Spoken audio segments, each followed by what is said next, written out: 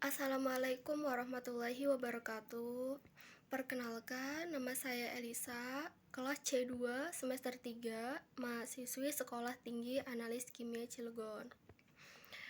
Di sini saya akan menjelaskan PowerPoint tentang jaringan dan internet. Sebelumnya, tujuan saya membuat video ini yaitu untuk memenuhi tugas mata kuliah saya, yaitu pengantar teknologi informasi yang dibimbing oleh Pak Hendra Kosasih. Oke, langsung saja kita mulai. Yang pertama yaitu jaringan komputer. Jaringan komputer merupakan dua atau lebih perangkat komputer yang saling terhubung atau terkoneksi antara satu dengan yang lain, yang digunakan untuk berbagai sumber data. Di setiap titik akhir dalam suatu jaringan memiliki tanda pengenal atau yang biasa disebut dengan IP atau alamat IP, atau juga bisa disebut sebagai alamat media access control. Selanjutnya di sini ada jenis-jenis komputer. Di sini jenis komputer terdiri dari 6 jenis. Yang pertama yaitu PAN atau Personal Area Network. Nah, ini merupakan contoh dari PAN. Selanjutnya ada LAN atau Local Area Network. Nah, ini merupakan contohnya. Selanjutnya yaitu ada WAN atau Wide Area Network. Nah, ini yang pojok bagian kanan merupakan contoh dari WAN. Selanjutnya ada MAN atau Metropolitan Area Network. Ini merupakan contoh dari MAN. Selanjutnya ada CAN atau Control Area Network atau bisa juga sebagai Campus Area Network. Ini merupakan contoh dari CAN. Dan yang terakhir yaitu ada VPN atau Virtual Private Network. Ini merupakan contoh dari VPN. Oke. Selanjutnya yaitu ada topologi jaringan komputer. Topologi jaringan komputer dibagi menjadi 5. Yang pertama yaitu topologi bus. Nah, topologi bus ini media transmisinya menggunakan jenis kabel coaxial, yang mana desain rangkaiannya juga ini mirip seperti bus ya. Tuh mirip seperti bus ya, berjajar gitu tuh. Selanjutnya ada topologi mesh. Topologi mesh ini merupakan topologi tingkat lanjut atau perbaikan dari topologi cincin. Nah, kekurangan dari topologi cincin kan hanya tersedia satu jalur yang menghubungkan setiap komputer saja. Nah, ini merupakan diagram dari topologi mesh. Selanjutnya topologi ring. Topologi ring ini bisa disebut sebagai topologi cincin karena mirip seperti cincinnya.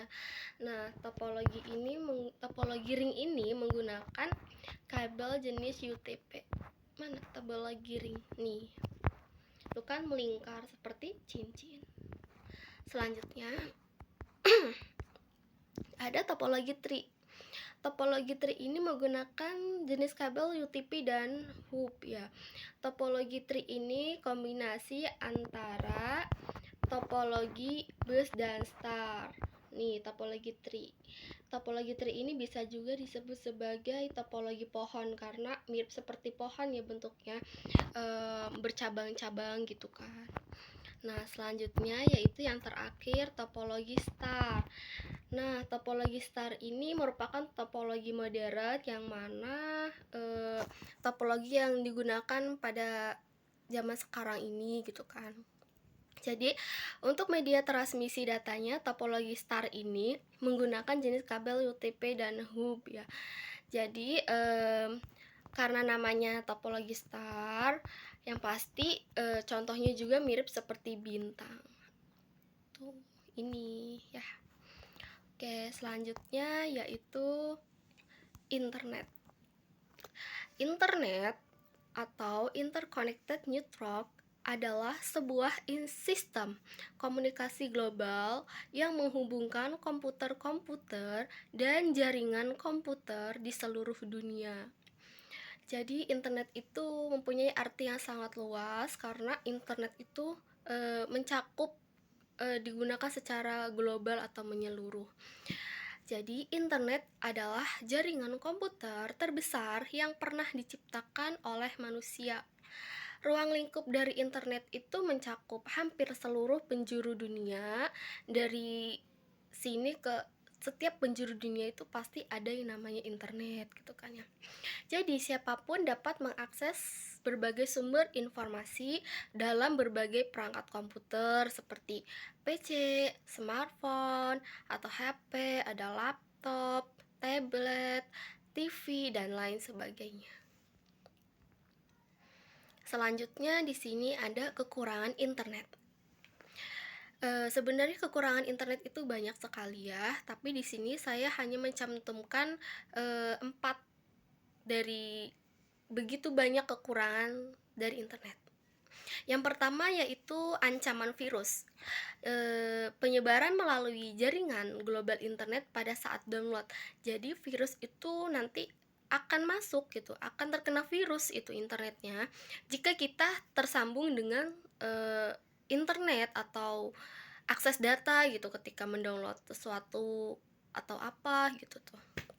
Selanjutnya ada pembajakan. Nah, pembajakan ini sama aja mirip dengan hackers atau pembobolan gitu, kayak cybercrime gitu, kejahatan dalam bidang internet.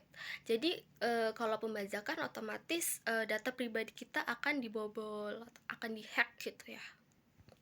Selanjutnya yaitu ketergantungan pada internet. Nah, jadi kalau misalnya setiap kita menjalankan aktivitas pasti selalu ya bergantung, berkaitan, ada hubungannya gitu sama internet.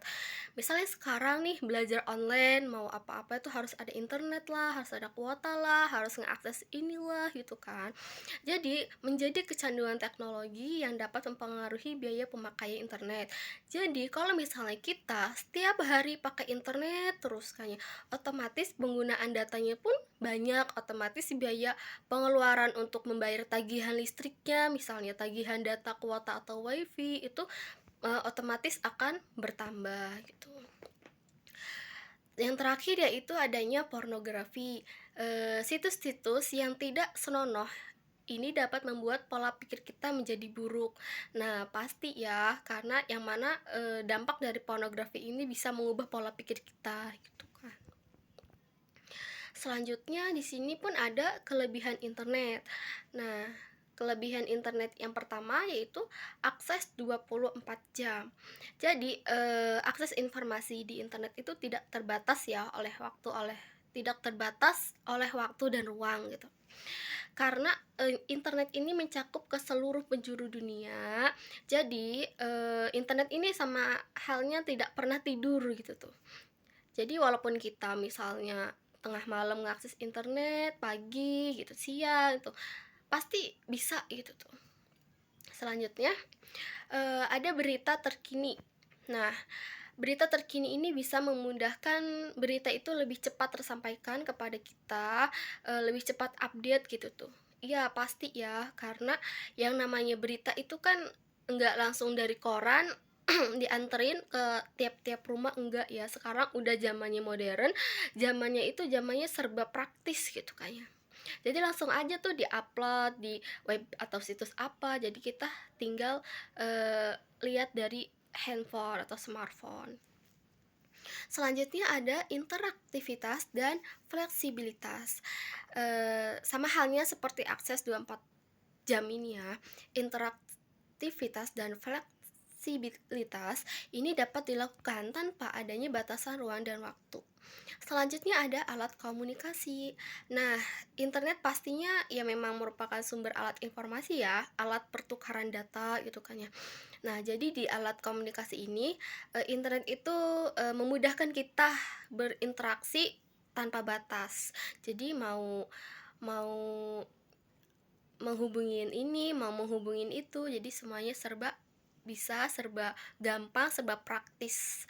Kita hidup di zaman yang namanya semua itu udah serba ada, jadi kita harus tetap bersyukur. Oke, selanjutnya yaitu sudah selesai. Nah, mungkin itu saja yang dapat saya sampaikan mengenai jaringan dan mengenai